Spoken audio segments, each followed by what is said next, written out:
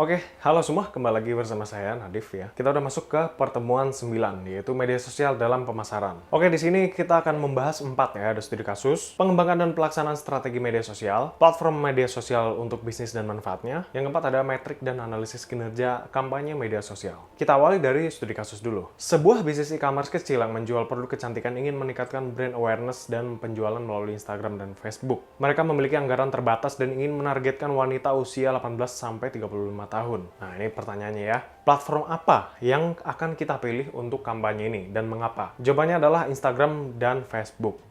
Karena sesuai dengan demografi target, yaitu wanita usia 18-35 tahun yang sering aktif di kedua platform ini. Oke, selanjutnya kira-kira konten seperti apa yang cocok untuk kampanye di Instagram? Konten visual menarik seperti foto produk berkualitas, tutorial penggunaan produk, dan testimoni pengguna dalam format stories dan reels. Bagaimana kita mengukur keberhasilan kampanye ini jika tujuan utamanya adalah brand awareness? Jawabannya melalui metrik, reach, impressions, dan jumlah followers baru yang diperoleh selama kampanye. Jika anggaran terbatas, strategi apa yang bisa kita gunakan untuk meningkatkan engagement? Jawabannya adalah fokus pada konten organik yang interaktif seperti polling di stories, giveaway, atau konten edukasi singkat yang relevan. Apa langkah pertama dalam mengevaluasi hasil kampanye setelah selesai?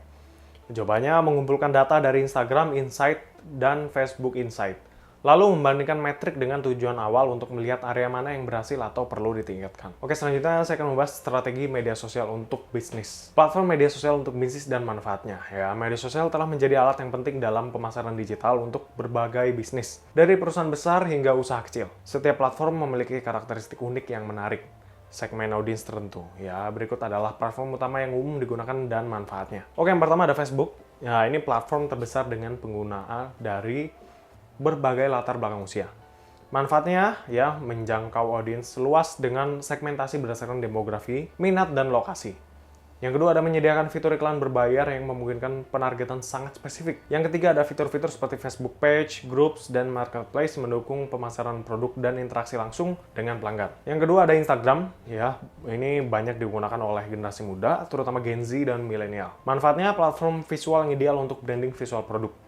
Fitur seperti IG Stories, IGTV, ya sekarang sebenarnya udah nggak ada IGTV ya, adanya Reels ya. Ini memungkinkan interaksi kreatif dan konten singkat yang menarik. Fitur shopping, memungkinkan bisnis menampilkan produk langsung di platform untuk pengalaman belanja yang mudah. Yang ketiga ada Twitter, audiens yang tertarik pada berita terkini, industri teknologi dan komunikasi cepat. Manfaatnya adalah menyediakan kesempatan untuk berinteraksi secara langsung dengan audiens dalam format pendek. Digunakan untuk layanan pelanggan karena memungkinkan respons cepat. Dapat meningkatkan kesadaran merek melalui penggunaan hashtag yang populer dan tren yang sedang berlangsung. Yang keempat ada LinkedIn. Ya, ini profesional, B2B atau business to business, dan perusahaan yang ingin membangun hubungan bisnis. Ya, manfaatnya ideal untuk pemasaran B2B dan menarik talenta profesional. Fitur seperti LinkedIn Page dan LinkedIn Pulse memudahkan bisnis untuk berbagai artikel, ide, dan update profesional. Fitur iklan berbayar menawarkan penargetan berdasarkan posisi pekerjaan industri dan koneksi. Yang kelima ada TikTok. Generasi muda, terutama Gen Z ya, ini penggunanya ya. Manfaatnya adalah platform video pendek yang mendorong kreativitas dan interaksi. Yang kedua ada mendukung pertumbuhan viral yang sangat cepat jika konten menarik. Yang ketiga ada fitur TikTok for Business. Menawarkan iklan dan kemitraan dengan kreator untuk meningkatkan visibilitas merek. Manfaat umum media sosial untuk bisnis ya. Yang pertama ada meningkatkan brand awareness. Media sosial memungkinkan bisnis untuk dikenal secara luas dan diakses oleh jutaan orang. Yang kedua ada interaksi langsung dengan pelanggan. Memungkinkan dialog dua arah yang membangun hubungan lebih baik dengan pelanggan. Yang ketiga ada pemasaran berbiaya rendah. Iklan di media sosial dapat disesuaikan dengan anggaran kecil hingga besar. Yang keempat, pengumpulan data pelanggan. Setiap platform menyediakan data dan insight tentang perilaku audiens.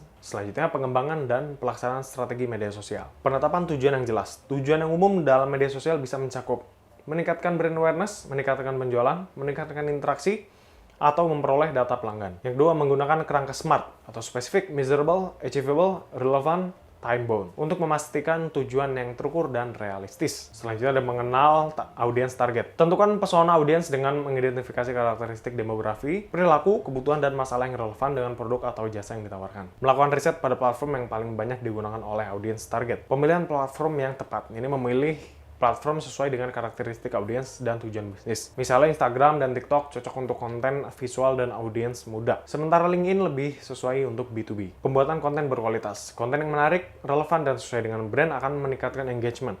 Gunakan kombinasi konten seperti gambar, video, infografik, artikel, dan cerita pengguna. Konsistensi sangat penting dalam penyampaian pesan, visual, dan jadwal publikasi. Jadwal publikasi dan manajemen konten. Tentukan frekuensi posting yang sesuai, misalnya beberapa kali seminggu di Instagram dan Facebook, beberapa kali sehari di Twitter. Gunakan alat manajemen media sosial seperti Hootsuite, Buffer, atau Letter untuk menjadwalkan dan mengelola konten. Penggunaan iklan berbayar. Iklan media sosial memungkinkan penargetan yang sangat spesifik. Jenis iklan yang dapat dipilih termasuk iklan foto, video, carousel, atau iklan yang disesuaikan dengan platform, seperti iklan stories di Instagram. Metrik dan analisis kinerja kampanye media sosial. Memahami metrik kunci dalam media sosial ya, ada reach, ini seberapa banyak orang melihat konten kita, engagement, interaksi seperti like, comment, share, dan klik, impression, berapa kali konten kita dilihat, termasuk tayangan ulang, conversion rate, persentase audiens yang melakukan tindakan yang diinginkan, misalnya pembelian, gitu ya. Click-through rate, atau CTR, persentase klik pada iklan atau link yang dibandingkan dengan tayangan. Pengukuran keberhasilan berdasarkan tujuan. Brand awareness, metrik yang relevan mencakup reach, impression, dan followers. Engagement, metrik utama adalah jumlah like, comment, share, dan klik pada link.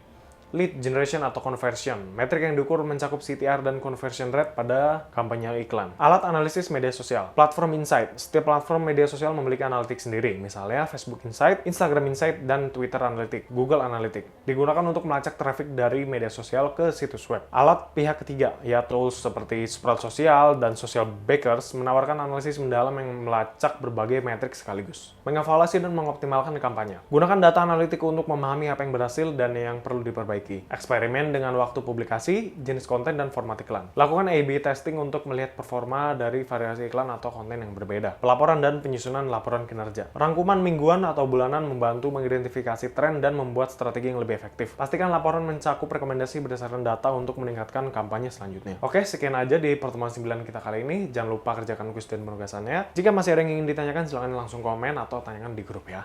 Terima kasih.